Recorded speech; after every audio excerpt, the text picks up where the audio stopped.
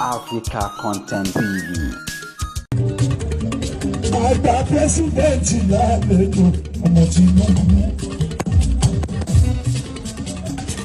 Ìyẹn Bọ́lá Bọ́lá mi pẹ̀sì.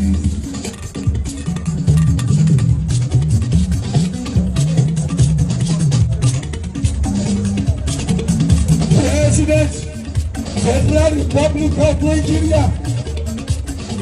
Kákan ní abẹ́ ní abẹ́jì. Àmọ̀kọ́ àlejò ẹni ńlá àwọn gbogbo Ìbàdàn.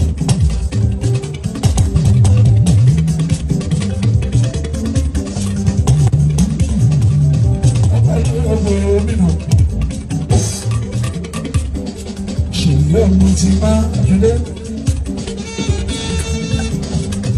Yọ̀rẹ́ ti tẹ́ ẹ lẹ́sìn. Ọmọ kú àdúgbò ti.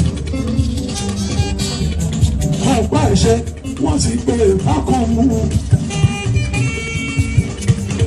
Àkànmú ara ìṣubú ní. Ọba àgbàdo ara ìṣubú ní. Abẹ́rù ọlúwa ìṣubú ní.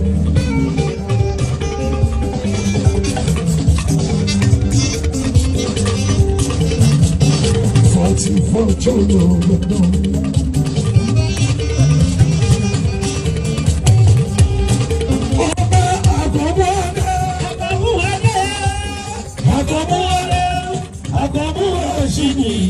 Ọwọ́ ló ń ṣe ìfẹ́nujẹ kì í ṣe ìbàjẹ́ o. Àkọ́mọ́adé kì í ṣe ìbàjẹ́ ibi tó bá kù sí ẹ̀wí. Àìdára ká má kù sí nìkan.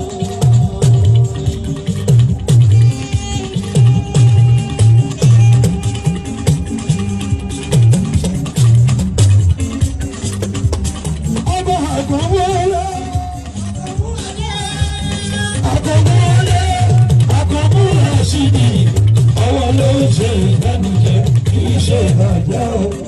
Àkọ́mọ́adé kì í ṣe ìbàjẹ́ ibi tó bá kù sí ẹ̀wí.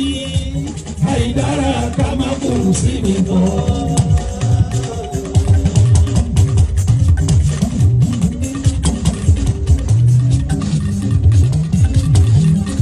Ọba o ọba la ó pa kàn mú. Ọba la ó pa kàn mú. Rashidi ọba ni.